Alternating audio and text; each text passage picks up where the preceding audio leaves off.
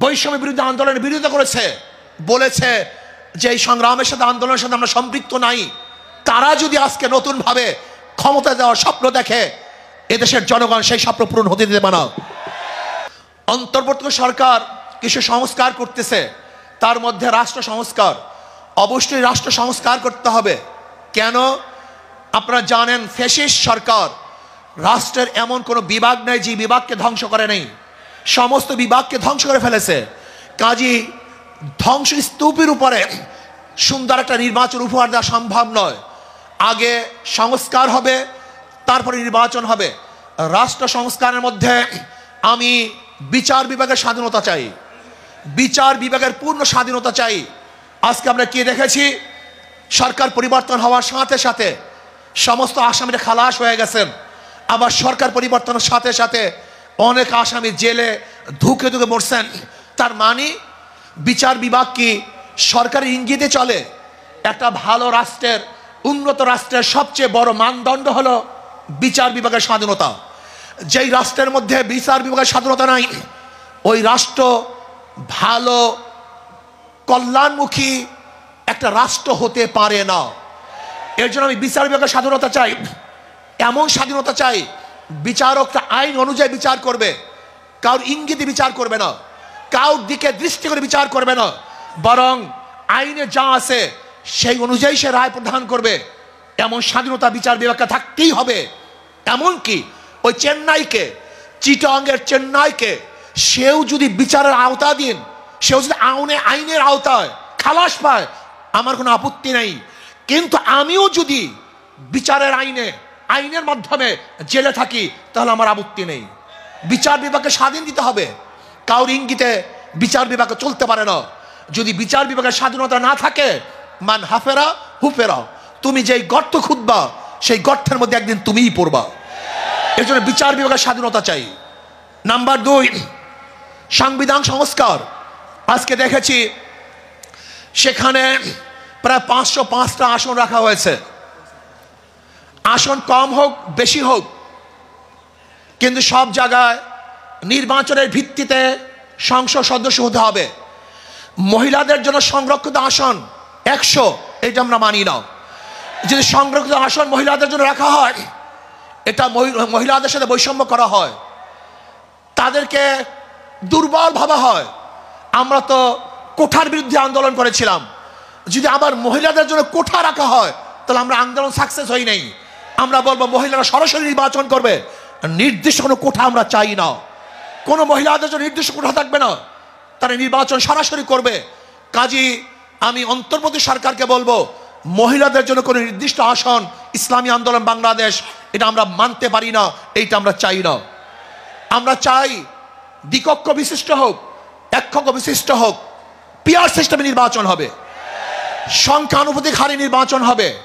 যদি সংখ্যানুপাতিক হারে নির্বাচন না হয়, পিয়ার সিস্টেমে নির্বাচন না হয়, তাহলে আবারও কালো টাকা সরাসরি হবে, পেশি শক্তি ব্যবহার করা হবে, মানুষের ভোট অধিকার প্রয়োগ করতে পারবে না, আমাদের আন্দোলন ব্যর্থ হবে। আজকে জুলাই বিপ্লবে ইসলামী আন্দোলন কি ভূমিকা ছিল আপনারা জানেন। 5ই জুলাই বরিশাল আমরা ঘোষণা দিয়েছিলাম যে ছাত্রদের বৈষম্য বিরোধী আন্দোলনের সাথে আমরা সম্পৃক্ত। শুধু কি তাই, সেখান থেকে শুরু করে এমন কোন আন্দোলন নাই, সংগ্রাম নাই যেখানে আমরা মাঠে ছিলাম না। আমরা জীবনের মায়া ত্যাগ করে রাস্তায় ঝাঁপিয়ে পড়েছিলাম। আমি বিশ্বাস করি ইসলামী আন্দোলন বাংলাদেশ যেইভাবে দলীয় ব্যানারে বৈষম্য বিরোধী আন্দোলন অংশগ্রহণ করেছে, বাংলাদেশের অন্য কোনো সংগঠন দলীয় ব্যানারে এই আন্দোলনে সম্পৃক্ত ছিল না। শুধু কি তাই, ইসলামী আন্দোলন বাংলাদেশের যারা শীর্ষস্থানীয় লিডার নেতা, তারাই মাঠে ছিল, কিন্তু যারা বৈষম্য বিরোধী আন্দোলনের বিরোধিতা করেছে, বলেছে যে এই সংগ্রামের সাথে আন্দোলনের সাথে আমরা সম্পৃক্ত নাই, তারা যদি আজকে নতুনভাবে ক্ষমতা দেওয়ার স্বপ্ন দেখে, এদেশের জনগণ সেই স্বপ্ন পূরণ হতে দেবে না। সংস্কারের পরেই নির্বাচন হবে। আজকে সংস্কার করতে যারা বাধা সৃষ্টি করেছেন, আমি বলবো দীর্ঘ 16 বছর কোথায় ছিলেন? রাগ ডাক ছেড়েই বলবো, বিএনপি আপনারা কোথায় ছিলেন? প্রতিবার ঈদের কথা বলেছেন, ঈদের পরে আমরা আন্দোলন করব, ঈদের পরে সংগ্রাম করব, ঈদের পরে সেইটা করব। হাজার ঈদ চলে গেছে, আপনারা আন্দোলন করতে পারেন নাই, কিন্তু ছাত্র জনতা আজকে আন্দোলনের ভিত্তিতে যে অর্জন করেছে সেই অর্জনকে ধ্বংস করার চক্রান্ত করতেছেন। যেই বৈষম্যের বিরুদ্ধে আন্দোলন করেছিলাম, চাঁদার বিরুদ্ধে আন্দোলন করেছিলাম, দুর্নীতির বিরুদ্ধে আন্দোলন করেছিলাম, ধর্ষণের বিরুদ্ধে আন্দোলন করেছিলাম, অবৈধ হত্যার বিরুদ্ধে আন্দোলন করেছিলাম, মানুষের স্বাধীনতার জন্য আন্দোলন করেছিলাম, মানুষের মুক্তির জন্য আন্দোলন করেছিলাম, কিন্তু আমরা কি দেখলাম? 5ই আগস্টের পরে আবারও চাঁদাবাজি, আবারও দখলদারি, আবারও দুর্নীতি। না, বাংলাদেশের মানুষ এই চাঁদাবাজি আর দেখতে চায় না, দুর্নীতি আর দেখতে চায় না। যারা 53 বছর পর্যন্ত বাংলাদেশকে 5 বার দুর্নীতি চ্যাম্পিয়ন করেছে, ওই সমস্ত দলকে বাংলাদেশের জনগণ আর ক্ষমতায় দেখতে চায় না। বাংলাদেশের জনগণ কি ক্ষমতায় দেখতে চায়? ইসলামকে ক্ষমতায় দেখতে চায়। বাংলাদেশের জনগণ ইসলামী আদর্শের মানুষকে ক্ষমতায় দেখতে চায়। যারা খাঁটি ইসলাম, মদিনার ইসলাম নিয়ে সামনে অগ্রসর হবে, বাংলাদেশের মানুষ তাদেরকে গ্রহণ করবে। মদিনার ইসলামের বাহিরে কোন নব ইসলামকে বাংলাদেশের মানুষ গ্রহণ করবে না ইনশাআল্লাহ। প্রিয় ভাইরা আমার, আসুন ইসলাম হুকুমাতের জন্য আমাদের সাধনা করতে হবে, চেষ্টা করতে হবে।